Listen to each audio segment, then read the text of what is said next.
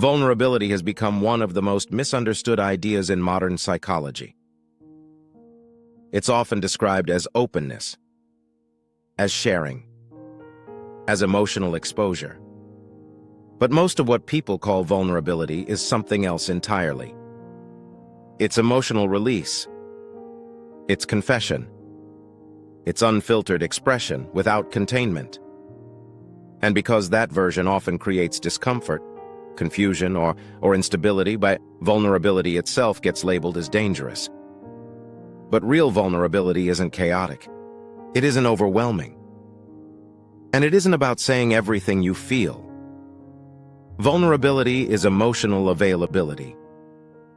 It's the ability to stay present with your internal experience and communicate it honestly, without hiding and without collapsing. That balance matters. When vulnerability is misunderstood, people tend to swing between two extremes. Either they avoid it completely, or they overshare in ways that feel exposing and unsafe. Neither is vulnerability. Avoidance creates distance. Oversharing creates burden. Vulnerability creates connection. At its core, vulnerability is not about intensity. It's about clarity.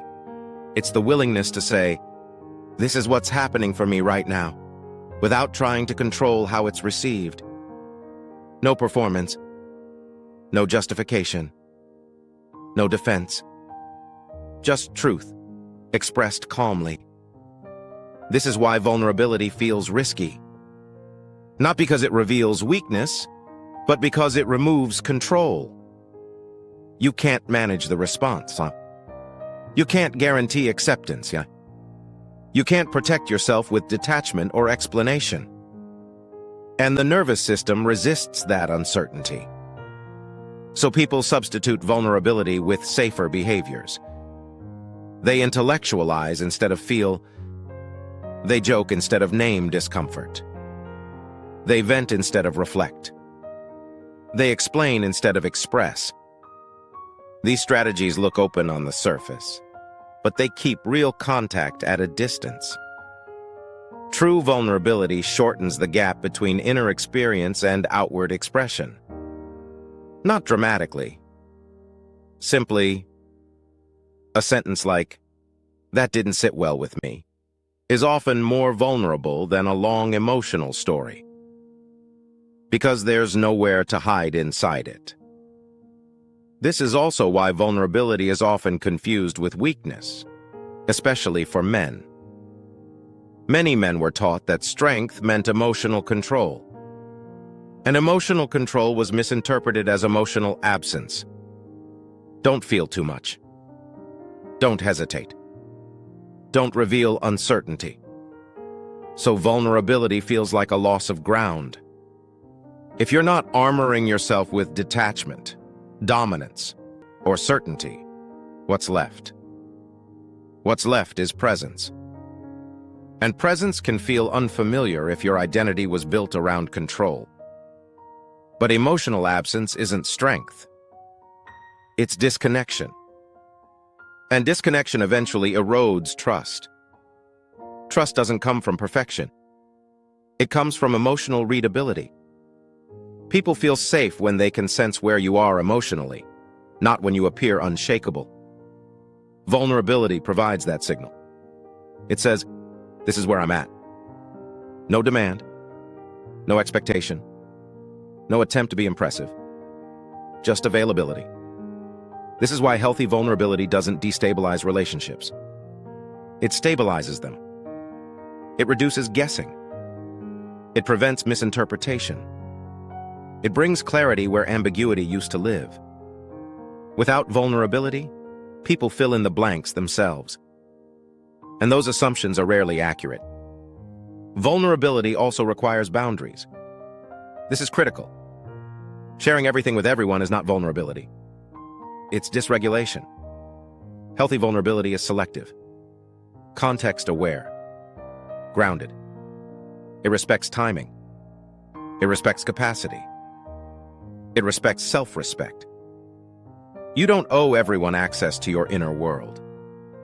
Vulnerability is offered, not dumped. This distinction protects dignity while allowing connection. When vulnerability is practiced this way, something shifts. Conversations deepen without becoming heavy. Tension resolves faster. Emotional safety increases. Not because people agree more, but because fewer things remain unspoken. And when fewer things are hidden, there's less effort spent maintaining a mask. This is also why vulnerability strengthens attraction rather than weakening it. Presence is attractive. Coherence is attractive. Emotional availability is attractive. Not emotional chaos. Not intensity. Not confession. Just the sense that someone is here, with themselves, and with you. That's what vulnerability actually is. And once it's understood this way, it stops feeling like a threat to identity. It becomes a form of alignment. Not something you do to be seen, but something you practice to stay honest. Another reason vulnerability is misunderstood is because people confuse it with emotional certainty. They believe they need to fully understand what they feel before they're allowed to express it. So they wait. They analyze. They replay conversations. They try to organize emotions into something presentable. But vulnerability doesn't require certainty. It requires honesty about what's unclear. Saying, "I'm not sure why this affected me, but it did," is vulnerability. So is, "I'm noticing I'm pulling back, and I don't fully understand why." These statements don't resolve emotion. They reveal it. And that's enough. In fact, waiting for emotional clarity often becomes another form of avoidance. People tell themselves they'll speak once they're calmer, once they're more composed, once they've figured it out. But emotions don't clarify in isolation. They clarify in contact. Vulnerability allows that contact to happen. Not to be fixed. Not to be reassured. But to be witnessed. This is also why vulnerability feels exposing even when nothing dramatic is shared. Because it removes the illusion of control. You're no longer presenting a finished version of yourself. You're allowing yourself to be seen mid-process. That can feel deeply uncomfortable in a culture that rewards confidence and certainty. But real connection doesn't come from polished selves. It comes from coherent ones. From people whose inner experience matches what they express outwardly. That coherence builds trust over time. Quietly, reliably. And the more you practice vulnerability this way, the less effort it takes. You stop rehearsing. You stop filtering excessively. You stop managing perception. Expression becomes simpler, cleaner, more grounded. Not because you care less, but because you're no longer hiding from your own experience. If this brought clarity, don't rush past it. Let it settle. In the next chapter, we'll look at why vulnerability feels especially unsafe for men, and how emotional armor forms in the first place. When you're ready, you can click the next video to continue. And if this way of exploring psychology feels useful to you, subscribing simply makes it easier to come back.